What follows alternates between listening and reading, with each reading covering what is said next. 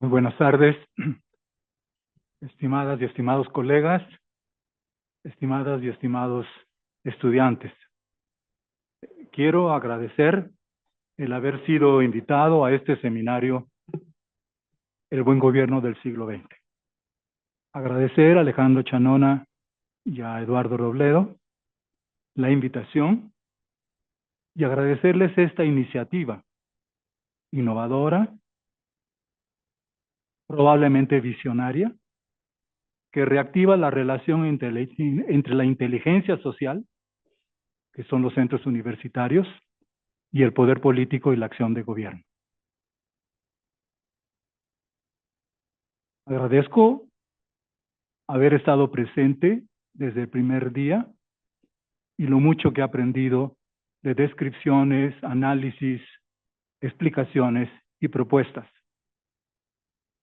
Agradezco también la presencia de dos respetables colegas y amigas, Cristina Puga y Matilde Luna, que son autoras más que comentaristas.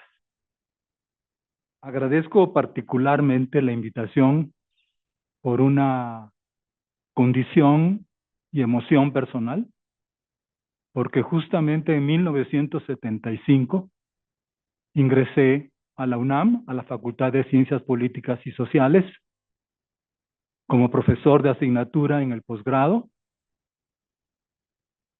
teniendo como tema de enseñanza la teoría social de Max Weber.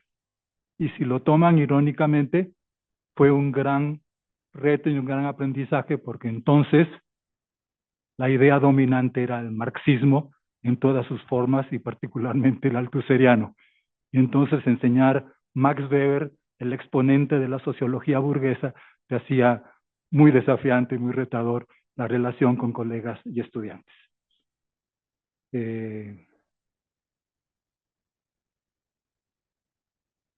Yo soy un adulto mayor académico, como ven todavía visto corbata, ¿no? Y espero que mi presentación no vaya a ser una expresión de envejecimiento de la problematización y de las posibles respuestas al problema. Antes de comenzar, he pedido que expongan un resumen de lo que voy a presentar a su consideración y su crítica, de tal manera que tengan de antemano una visión del asunto.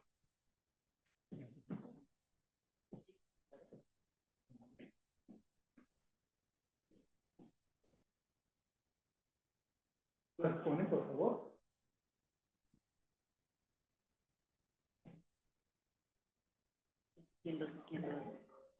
Nosotros tampoco nos apoyan.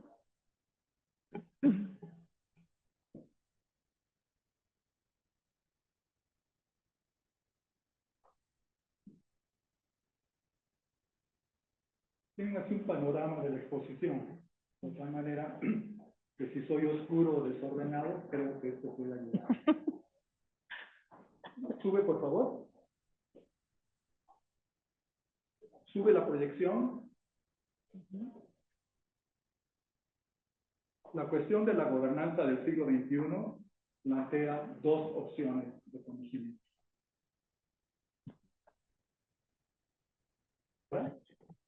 Es enfocarse en conocer el origen, la composición y los efectos sociales de los problemas conjeturables del siglo XXI y en determinar cuáles serían las posibles acciones idóneas para gobernarlos. Es, sin embargo, una opción de conocimiento improbable, incierta, porque se tienen solo presunciones e indicios de los eventuales hechos y cambios del siglo XXI, pero de ninguna manera conocimientos ciertos. Otra opción es enfocarse en definir las propiedades que la gobernanza pública democrática ha de tener para gestionar razonablemente los problemas sociales previsibles y los imprevistos que se presenten en el siglo XX y sus efectos. El texto El texto elige la segunda opción y se enfoca en la política, en el proceso de interlocución y deliberación gubernamental ciudadana, que ante los problemas y los cambios sociales turbulentos que sacuden a la sociedad, trata de entenderlos y de definir las propiedades de su gestión, de su gobernanza. Al abordar la segunda opción, voy a señalar de inicio la diferenciación de las valoraciones y la racionalidad limitada de los agentes políticos. Esto lo quiero subrayar, porque creo que ahí está la pieza que determina todo el razonamiento. La diferenciación de las valoraciones y de la racionalidad limitada de los agentes políticos, que son los dos factores que influyen en la interlocución y la deliberación política del gobierno y la sociedad sobre el origen, la composición, la extensión y el daño probable de los problemas sociales y cambios de la estabilidad y sobre su gobernanza. Y la conclusión de esa deliberación determina la legitimidad y efectividad de las acciones directivas, sean regulaciones, políticas sociales, inversiones, gasto público, etc. Si esto se acepta, es fundamental para asegurar la legitimidad y la efectividad, la exigencia de elaborar y acordar un marco de principios, normas, criterios, estándares. Está subrayado porque ese es el otro punto fuerte. Ante el problema de la diferenciación de valoraciones y de racionalidad limitada de los agentes, es crucial elaborar y acordar un marco de principios y normas que regulen la pluralidad de posiciones de los interlocutores en la deliberación política, a fin de evitar propuestas de gobernanza arbitrarias, ilegales, que destinan el gobierno a ser ilegítimo, y regular también la calidad cognoscitiva de las posiciones, a fin de impedir propuestas erróneas, sustentadas en datos, definiciones, explicaciones, modelos causales y cálculos equivocados e insuficientes que destinan el gobierno a la inefectividad directiva. ¿Sí? Esos son, lo tengo subrayado, porque ustedes tienen que criticar el trabajo y mejorarlo, viendo si el supuesto de la diferenciación valorativa y la racional limitada se sustenta, y sobre todo, si es suficiente como respuesta la creación, elaboración de un marco formal o informal de principios, valores, normas, estándares, criterios. La reflexión concluye con la afirmación, ¿quieres subirlo? La reflexión concluye con la afirmación que la efectividad directiva de la gobernanza en general y la del siglo XXI en particular será siempre limitada. Estará siempre por debajo de las intenciones y expectativas del gobierno y de la ciudadanía, por causa de la diferenciación de valoraciones y racionalidad limitada.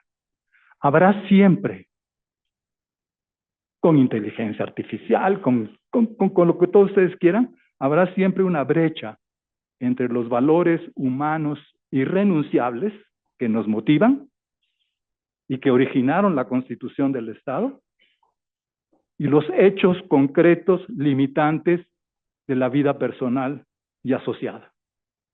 La política será incansablemente la actividad que intenta cerrar la brecha y acoplar los valores humanos y los hechos de vida a lo largo de una historia social sin fin.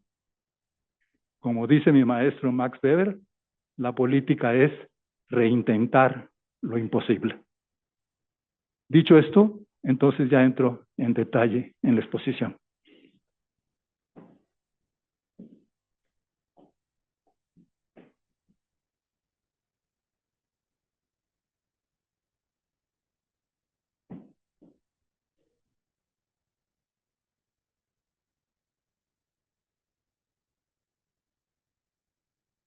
Sí, sí, ¿cómo es posible gobernar democráticamente las sociedades del siglo XXI? Es la cuestión política de nuestro tiempo. Y los gobiernos democráticos tienen problemas serios de conducción social que generan inconformidad y cuestionamientos sobre su capacidad y efectividad directiva. No se duda de la superioridad axiológica del régimen democrático sobre los demás regímenes políticos y gobiernos, pero hoy importa un gobierno democrático de resultados y no solo de valores. La cuestión política y académica actual se centra en conocer cuál es el alcance real de los poderes, recursos y acciones de los gobernantes democráticos y sobre todo en definir las propiedades que han de tener para dirigir la sociedad hacia situaciones de mayor calidad de vida colectiva y personal. La pregunta ¿es el gobierno democrático solución de problemas o el gobierno democrático es parte del problema? Algunos problemas de los gobiernos democráticos son viejos, ¿sí? No los voy a, en el texto están enunciados, ya los sabemos de memoria, ¿no? Arbitrariedad, discrecionalidad, corrupción, favorecimiento selectivo de socios políticos y socios económicos, etcétera.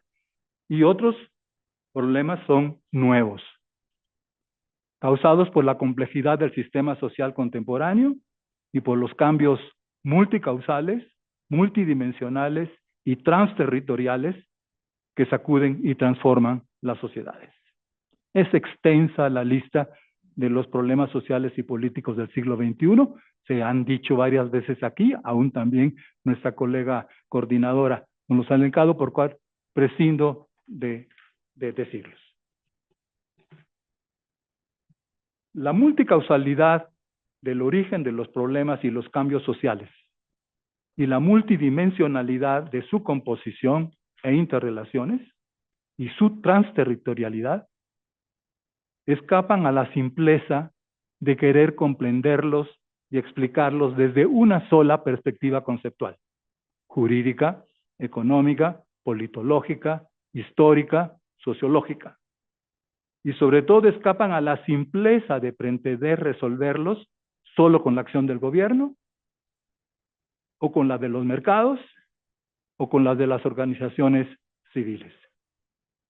Porque ni el Estado, ni el mercado, ni las organizaciones de la sociedad civil poseen todos los recursos que son necesarios para estar en aptitud de dirigir la sociedad contemporánea, mantener su estabilidad, incorporar los cambios y dar continuidad a su bienestar y progreso.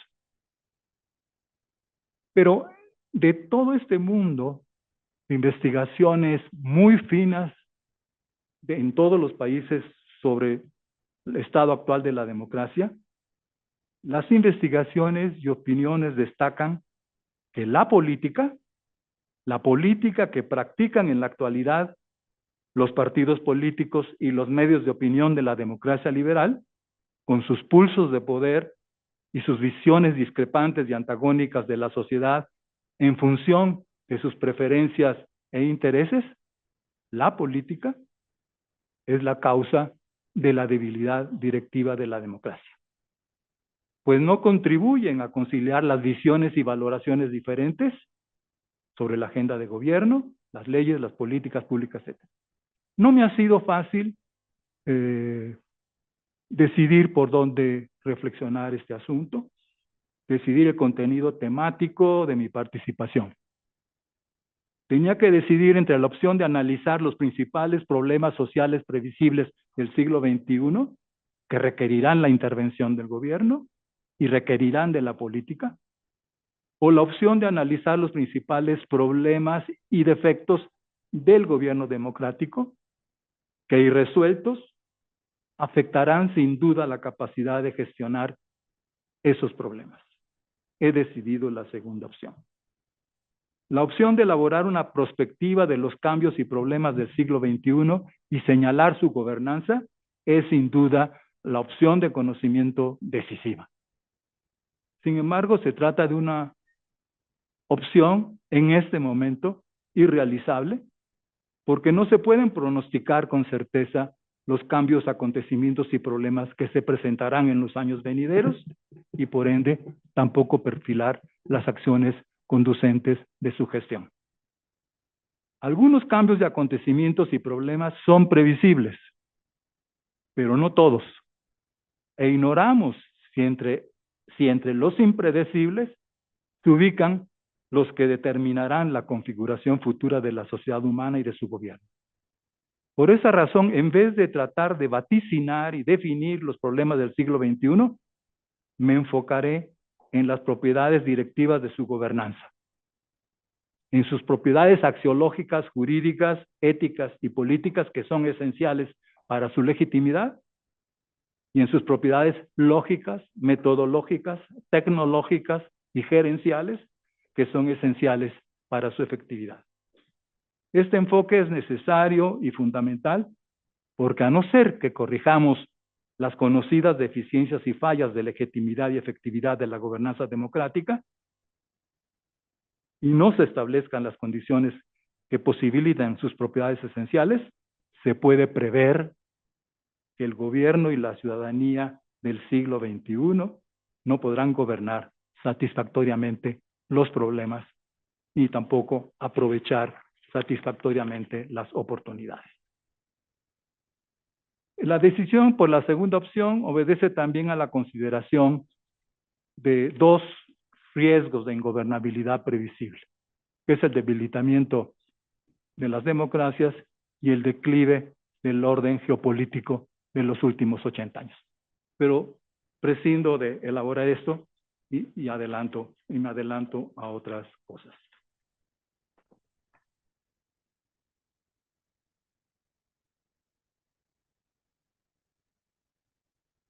Me concentraré entonces primero en un memorándum, tómenlo así, en un memorándum rápido de las propiedades de la legitimidad y de la efectividad, pero la propuesta, o mejor dicho, el razonamiento que voy a hacer, asume de inicio el supuesto realista, más que pesimista, que el gobierno perfecto, omnipotente y omnisciente, en el cual por lo menos los mexicanos hemos sido socializados, y la sociedad perfecta nacional e internacional con acuerdos totales y colaboración permanente, no existen, no son realidades jamás realizables, jamás factuales, aun si racionalmente son postulables, son exigibles y aspiracionales.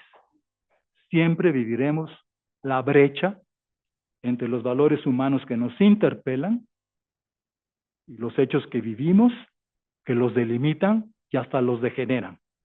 Siempre habrá una brecha entre la sociedad problema y el Estado solución. Entremos a un memorándum muy rápido. La gobernanza de la sociedad tiene dos propiedades esenciales. Lo sabemos todos: la legitimidad y la efectividad. Y esas dos propiedades son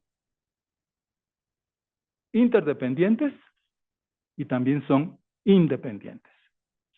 Son interdependientes, legitimidad y efectividad, porque en las sociedades existentes en forma de Estado de Derecho, los ciudadanos cuestionarán las decisiones y acciones del dirigente gubernamental y no se sentirán obligados a obedecerlas si juzgan que transgreden los valores sociales constitutivos, las normas legales establecidas que ordenan la convivencia.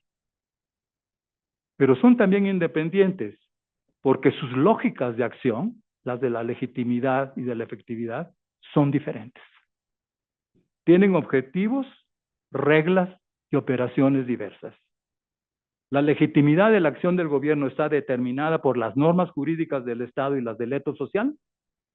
En cambio, la efectividad depende de la observancia de las reglas metodológicas de las ciencias y las tecnologías.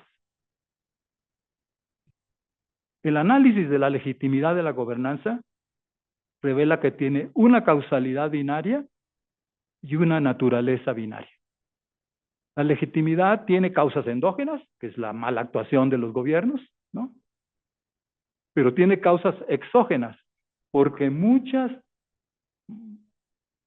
defectos, fallas, inconclusiones de la acción del gobierno están enmarcadas por el ordenamiento del Estado, su estructura de autoridad, hoy hablamos de presidencialismo, etcétera, por las atribuciones de los poderes públicos, por el régimen político, por la cultura política de la ciudadanía y por las circunstancias sociales. En suma, legitimidad o la ilegitimidad de la gobernanza es efecto de causas operativas endógenas y causas estructurales exógenas. Y esta es la característica de las ciencias sociales, que es el desdoblamiento en la causalidad entre agencia y estructura. Pero además de la causalidad binaria, la legitimidad es una propiedad binaria. Es objetiva y es subjetiva. La observancia o la transgresión de la ley, la imparcialidad o la discriminación, la mentira o la veracidad del relato político de los gobernantes, son en mayor o en menor medida hechos. Hechos objetivos que podemos observar, que podemos documentar y que hemos experimentado. Pero al mismo tiempo no son solo hechos objetivos, sino son valoraciones subjetivas. Son las valoraciones de los sujetos sociales que aprueban o reprueban los hechos que observan y experimentan y lo hacen conforme al sistema valorativo público en el que han sido socializados y a su sistema valorativo individual. En efecto, la legitimidad o la ilegitimidad de la gobernanza se establece cuando los sujetos sociales aprueban o desaprueban los fines o las acciones para realizarlos o sus resultados. Y los aprueban o reprueban en la medida que concuerdan o contradicen los valores, principios y normas del ordenamiento normativo del Estado, o cuando los aprueban o reprueban por ser concordantes o discordantes con sus preferencias, exigencias, demandas que juzgan legítimas, justificadas, correctas, porque se basan en el sistema de valores del Estado y en el sistema de valores en el que han sido socializados por familia, educación y relaciones individuales. Si esto es así, si aceptan estas dos causas y estas dos propiedades, quiero añadir que la causa raíz de los problemas y defectos de la legitimidad de la gobernanza pública es la diferenciación de las valoraciones de los ciudadanos sobre los asuntos y problemas sobre los asuntos y problemas sociales y las acciones de gobierno para gestionarlos.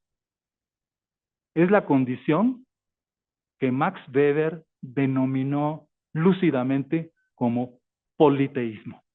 ¿Sí? En el mundo moderno no hay monoteísmo valorativo, sino Weber lo llamó politeísmo. El politeísmo de la política del Estado moderno, que en cambio sí reproduce, asegura, estabiliza la libertad de elección de los ciudadanos, etcétera, etcétera. Ese es un tema que podría desarrollarlo, es muy interesante. Y puede ser interesante para muchos de ustedes acercarse a los escritos políticos de Weber y estudiar esa idea del politeísmo inherente en la política de las sociedades de ciudadanos libres y de gobierno de leyes, etc. Entro rápidamente a otro asunto, al de la efectividad.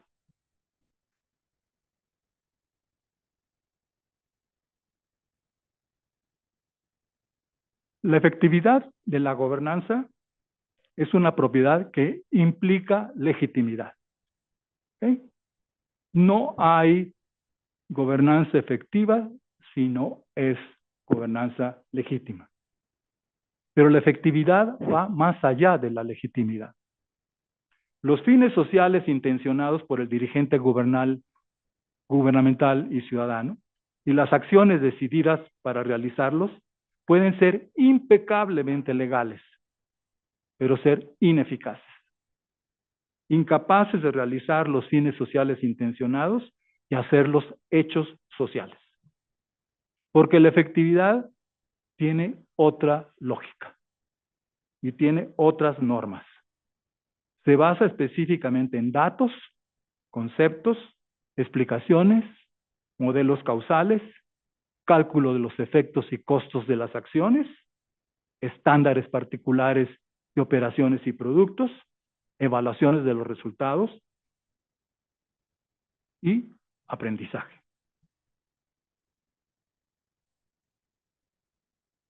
Como sabido, la efectividad es una relación causal, ¿no?, entre hechos específicos que ocurre según un grado de probabilidad determinado. Las ciencias y las tecnologías son el repertorio causal de un sistema social. Existe un sistema de conocimiento que señala ciencias y tecnologías.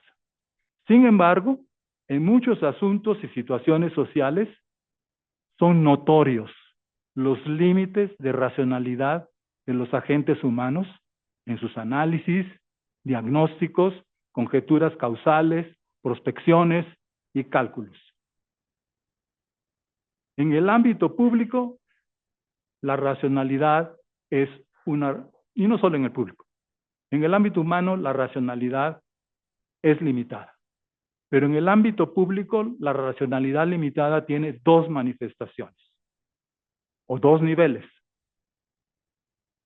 problemas irresolubles y problemas irresueltos. Esto, nada del otro mundo, pero sí hay que recordarlo. La racionalidad limitada, ¿qué hace? Que hay problemas sociales que son irresolubles. El nivel de evolución del conocimiento de la historia social no ha llegado a un punto que pueda entender su origen, su composición, su evolución y sus efectos, ¿sí? Y creo que hay problemas irresolubles, ¿no? Y hay otros problemas que en principio son solubles, pero que son irresueltos. Y son irresueltos porque gobernantes, sectores ciudadanos, inteligencia gubernamental e inteligencia social no han sabido precisar y demostrar la validez de sus datos, sus conocimientos causales, sus prospecciones de desarrollo y calcular bien los efectos. Entonces, aceptemos, espero que lo acepten, que existe una racionalidad limitada que se manifiesta en problemas irresolubles y en problemas irresueltos por mala aplicación del conocimiento existente y comprobada su validez. En conclusión, era este memorándum: la diferenciación valorativa y la racionalidad limitada de los opinadores y de los agentes en sus análisis de los problemas públicos y en sus propuestas de gobernanza son las principales causas de la efectividad limitada de los gobiernos democráticos, a los que resulta imposible resolver totalmente todos los asuntos de todos los ciudadanos en todas las circunstancias. Pero al menos en México la creencia en la que hemos crecido es que el gobierno sí tiene la capacidad y la responsabilidad de resolver totalmente todos los asuntos de todos los ciudadanos en todas las circunstancias. Esta situación inherente de la libertad y de la razón humana se reproducirá de manera diferente en el siglo XXI, en el que probable o seguramente los agentes sociales afrontarán problemas sociales nuevos,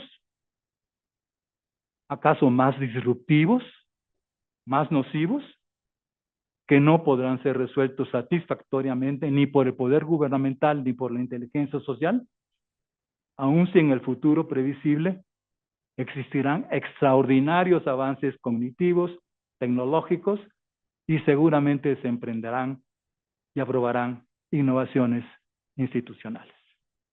Dicho esto, ahora sí entro al corazón del siglo XXI.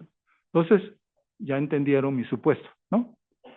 Mi supuesto es la diferenciación de las valoraciones y la racionalidad limitada. He sido breve porque lo que quiero es entretenerme más en esta última parte. Pero dado el esquema que presenté, pueden retirarse más o menos, no voy a decir más que detalladamente lo que está escrito. Entremos a la gobernanza del siglo XXI. Los problemas y cambios,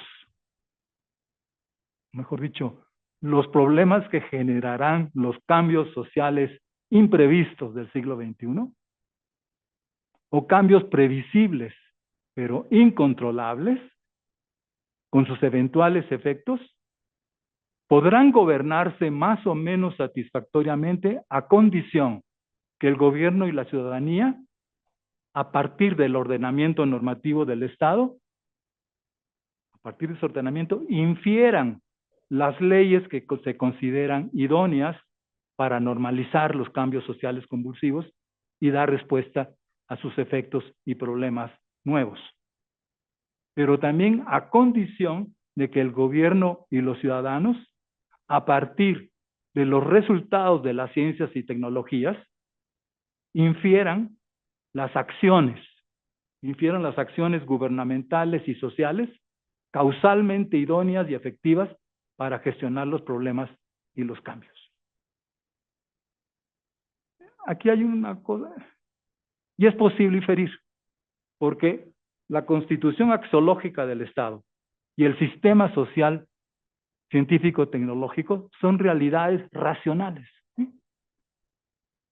Racionalmente fundadas y racionalmente estructuradas, y entonces tienen reglas conductuales y procedimientos lógicos y metodológicos que permiten deducciones e inferencias y permiten determinar la validez o invalidez, la corrección o incorrección de esas inferencias o deducciones. Esto es un tema que puede ser muy interesante. Sin embargo, el problema crucial de la gobernanza del siglo XXI, como lo fue en el pasado, no se ubica principalmente en las normas legales, a pesar de sus defectos de calidad regulatoria. Y tampoco se ubican en las normas lógicas y metodológicas de la producción y aplicación de los conocimientos. El problema crucial se ubica en la política. En la política, que es la actividad gubernamental ciudadana, que a partir del orden axiológico del Estado y el orden científico técnico, infieren leyes, reglamentos, acciones directivas. Por tanto, me enfocaré en la política, ¿sí?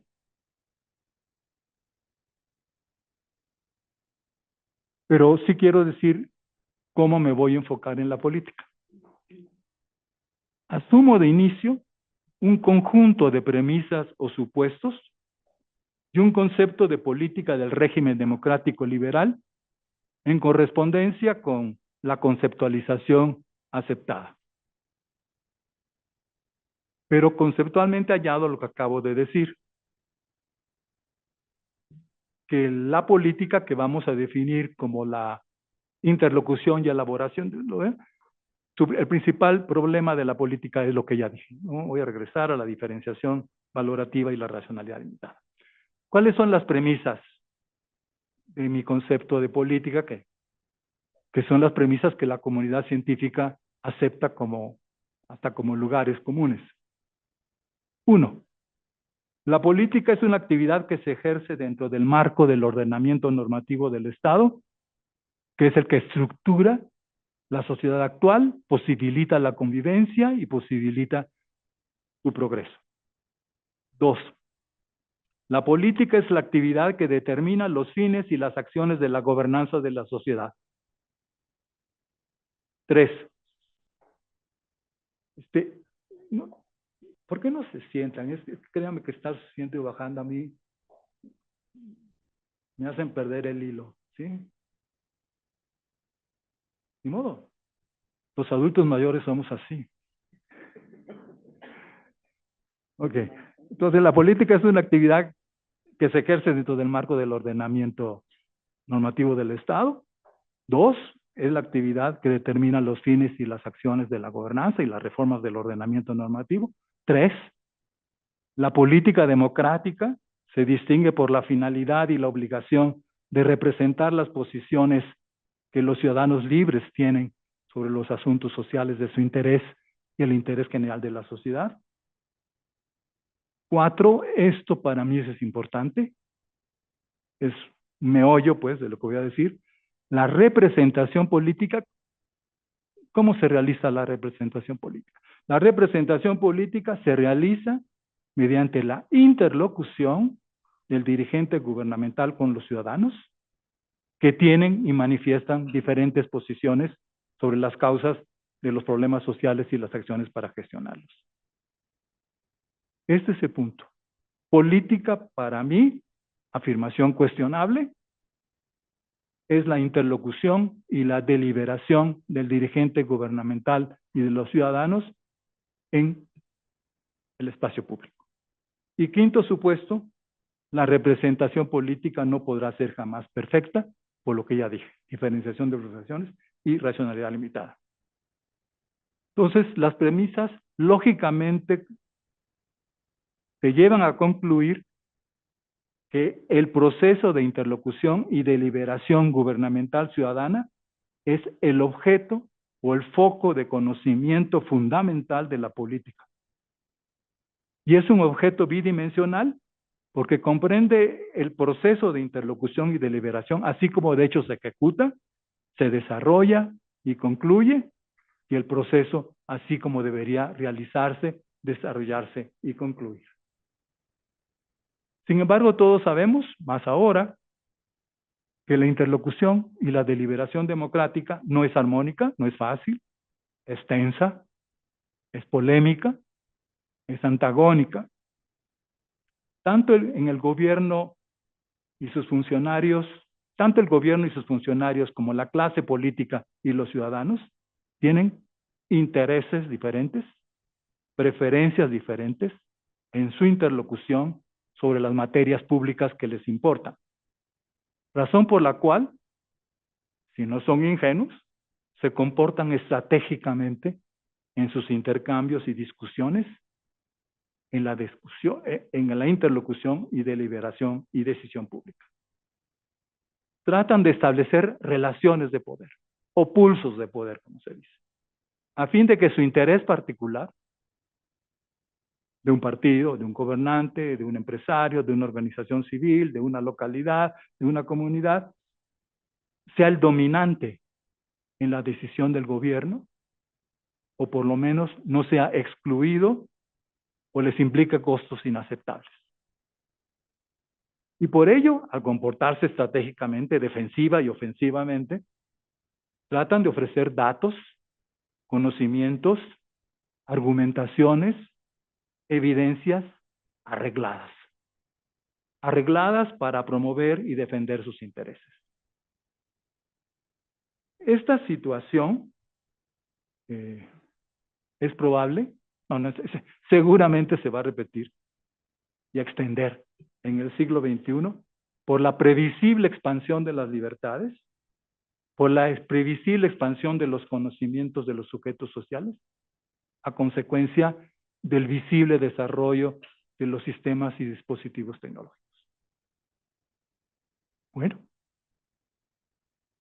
si es la política la que está determinando la gobernanza, y esta política se centra en la deliberación, en la interlocución y deliberación gubernamental ciudadana, y esa interlocución y deliberación ciudadana es tensa, es polémica, es estratégica, es oportunista, ¿no? Es arreglada en muchos asuntos, y es diferente en valoraciones, y los agentes no saben todo, ni tienen todos los datos, ni conocen las hipótesis causales, ni sus prospecciones y proyecciones son correctas. Si eso es así, pues hay que centrarse en cómo resolver este problema, ¿sí?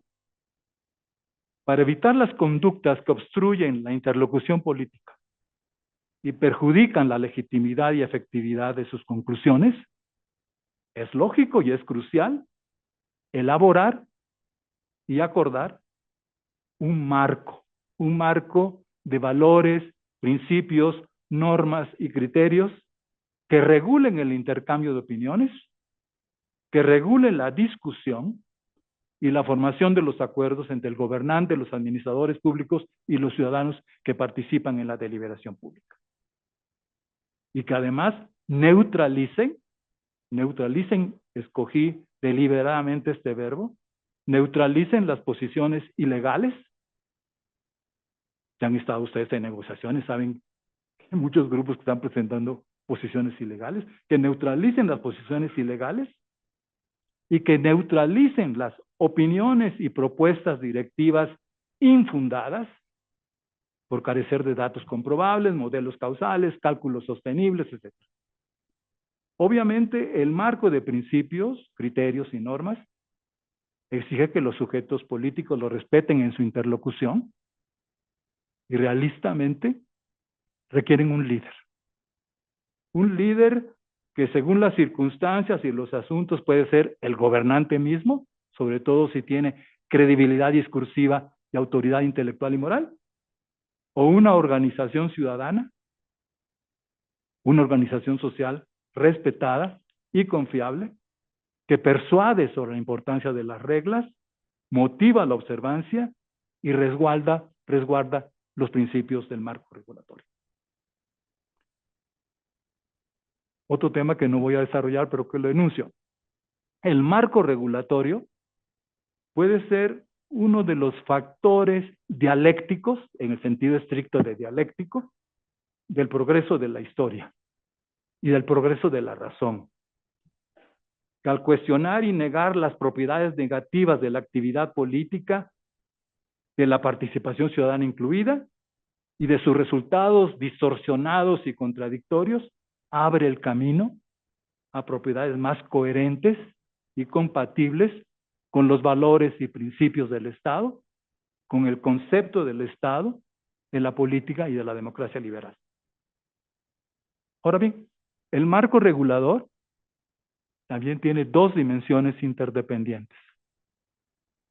La dimensión subjetiva de la interlocución entre los participantes en la interlocución y deliberación, y la dimensión objetiva de las afirmaciones cognitivas y propuestas de acción de los participantes.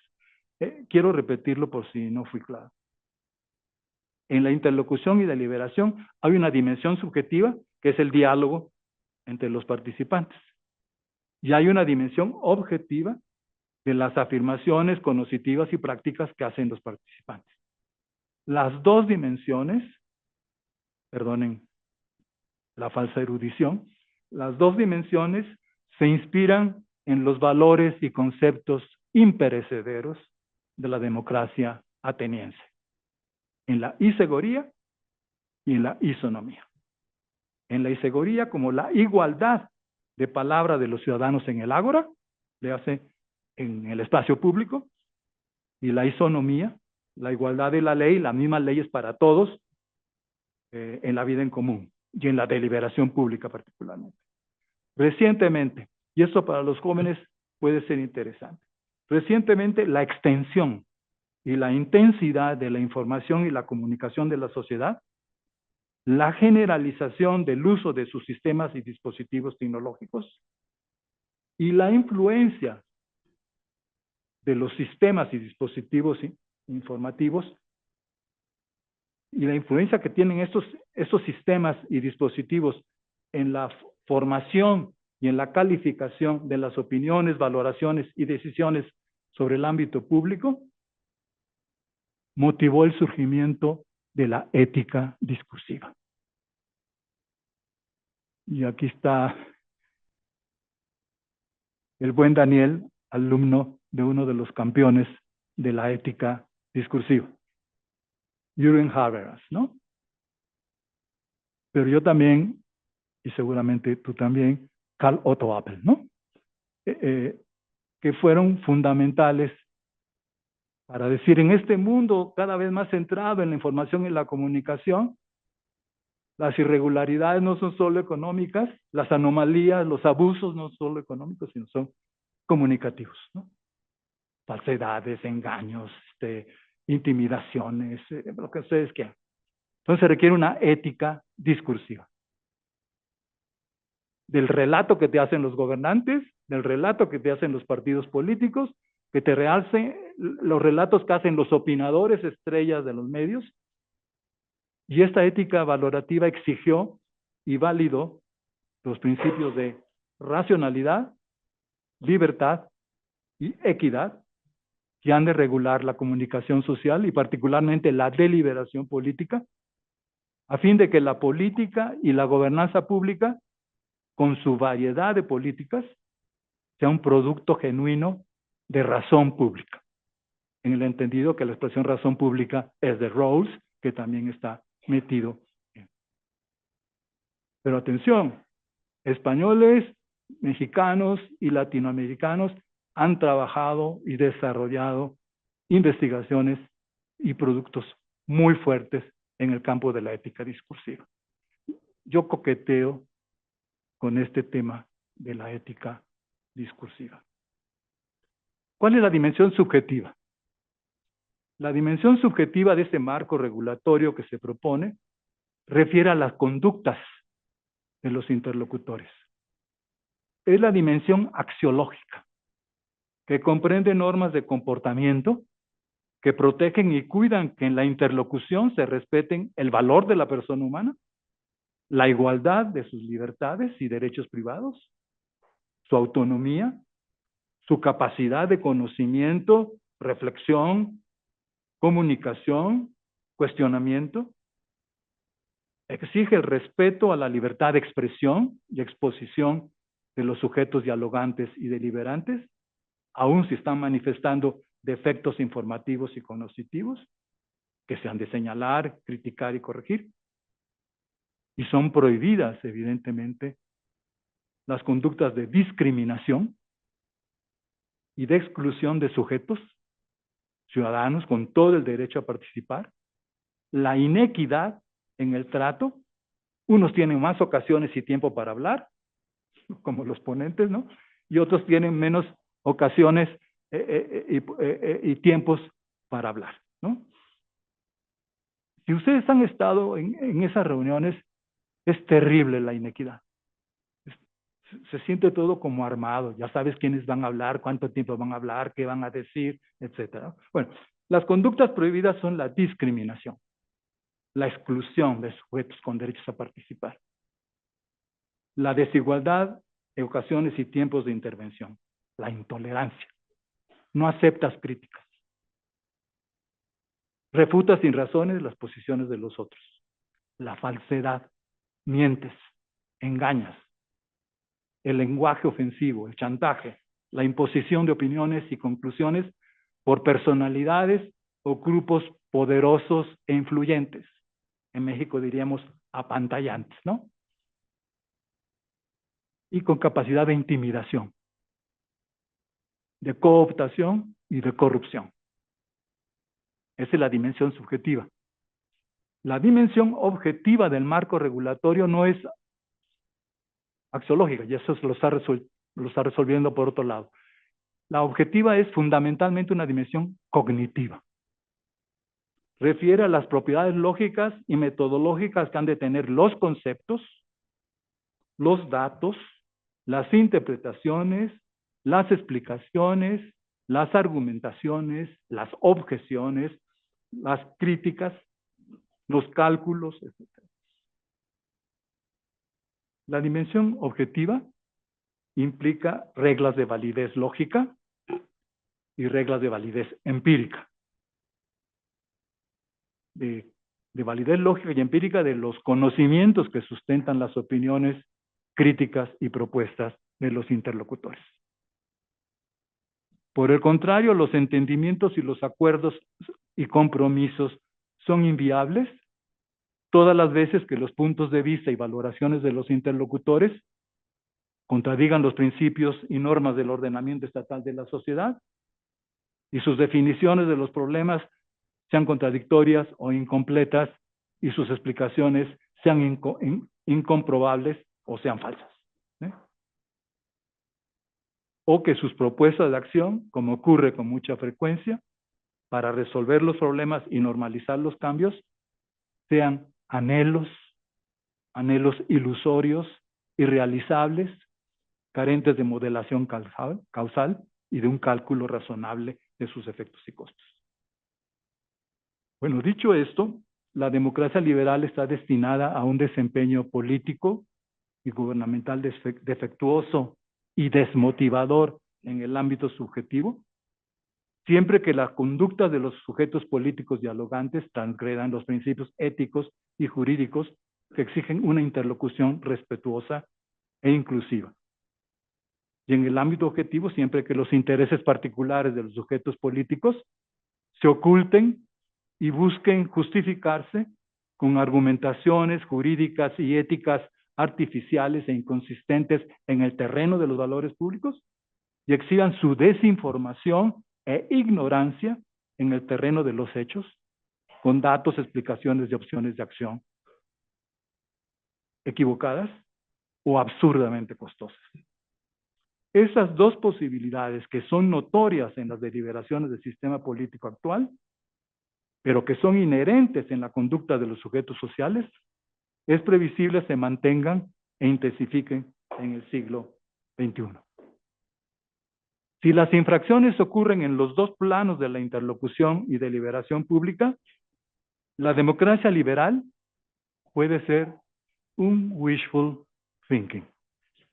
Un wishful thinking justificado, defendible, exigible, pero de desempeño directivo defectuoso y criticable. Sin embargo, es fundamental aclarar y advertir que la exigencia de los principios y reglas de la interlocución y deliberación no ignora que las valoraciones de los sujetos en sus preferencias, conocimientos, razonamientos y propuestas son fundamentales, son decisivas. Razón por la cual el marco normativo de ningún modo debe impedir o excluir estas valoraciones. Es asimismo fundamental y aclarar que el principio y la norma de la objetividad del conocimiento no significa ni exige que los interlocutores de la deliberación pública tengan que tener conocimientos ciertos, modelaciones causales comprobadas en todos los problemas, asuntos y circunstancias de interés público de su sistema social y menos de los sistemas sociales probables del futuro siglo. Esta sería una exigencia irrealista, imposible y contraproducente. De todos modos, a pesar de las limitaciones racionales, cognitivas, lo procedente en el terreno de los valores es un razonamiento deductivo, lógicamente riguroso, a partir del ordenamiento normativo del Estado. Un razonamiento deductivo sin incoherencias y contradicciones con los valores principios del orden normativo del Estado. Y en el terreno de los hechos, lo procedente es la oferta de datos comprobables, aún si incompletos, de conceptos lógicamente correctos, aún si parciales, y de hipótesis de acción causalmente razonables. La dimensión subjetiva suele ser más respetada en las sociedades abiertas, que se distinguen por una cultura política que respeta la legalidad, valora las libertades privadas y públicas, entiende y acepta la aceptación de la pluralidad de posiciones y se opone al integrismo uniformador o esta creencia de que la democracia liberal funciona solo si hay un integrismo uniformador de los extremismos, ultraizquierda y ultraderecha, para usar los términos clásicos, y se opone también a la imposición de las oligarquías socialmente poderosas.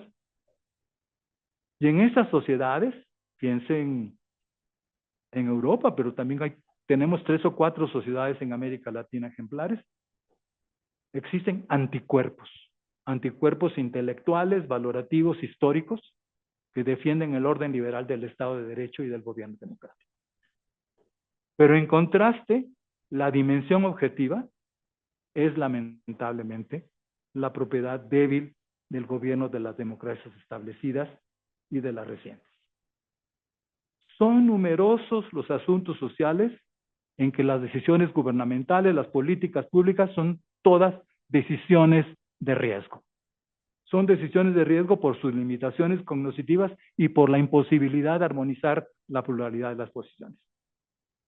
Sin embargo, la racionalidad limitada no es equivalente a la irracionalidad. ¿Sí? Esto no quisiera haber expuesto, haber dado con mi exposición pretexto a esta igualación entre racionalidad limitada e irracionalidad.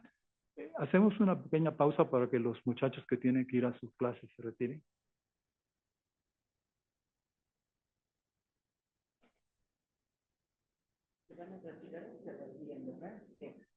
Por favor.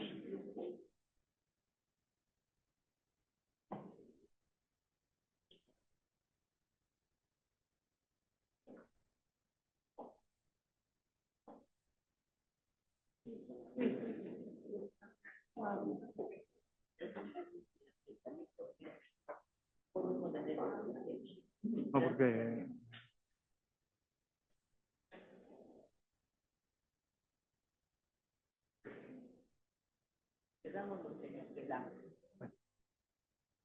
Así nos quedamos hasta el final.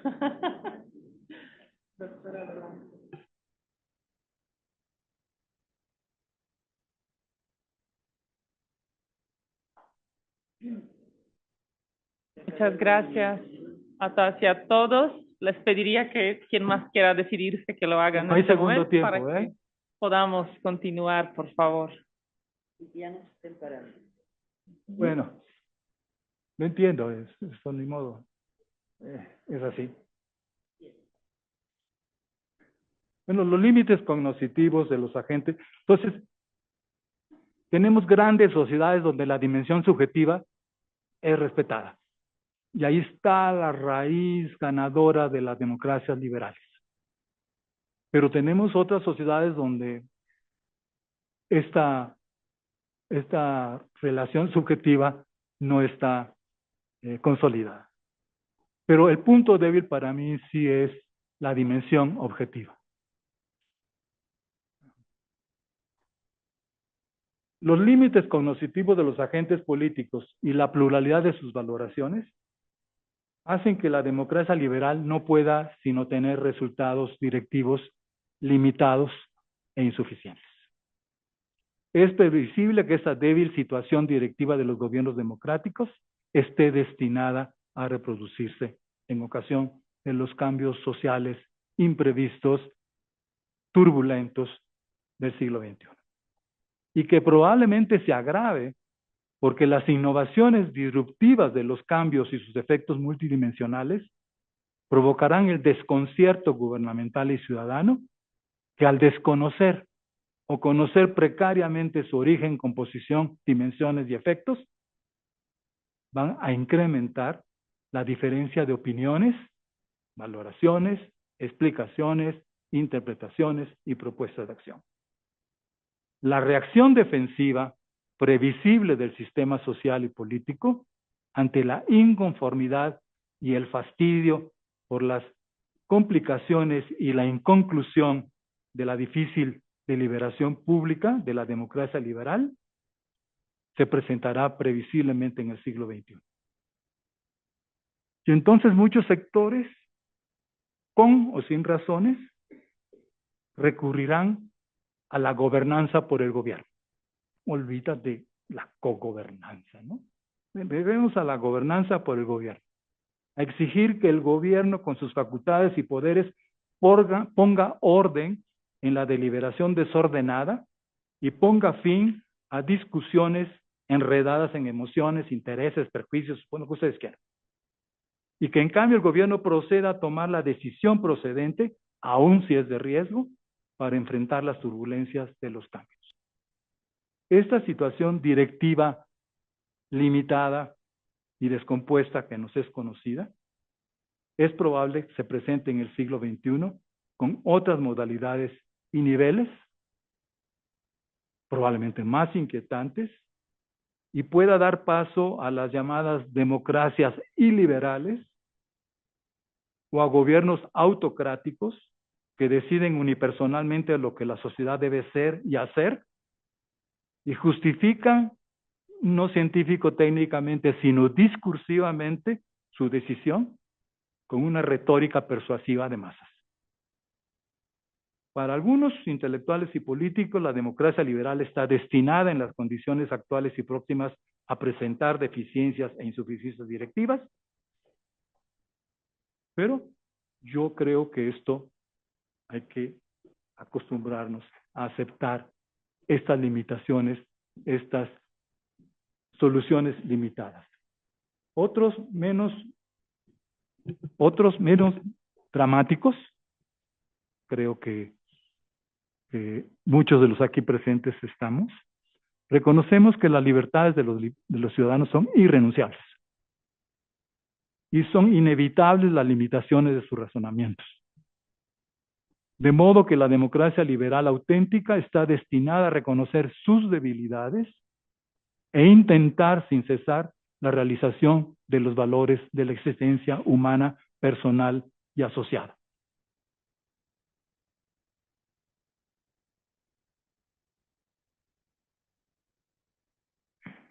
A manera de conclusión, salto algunas cosas.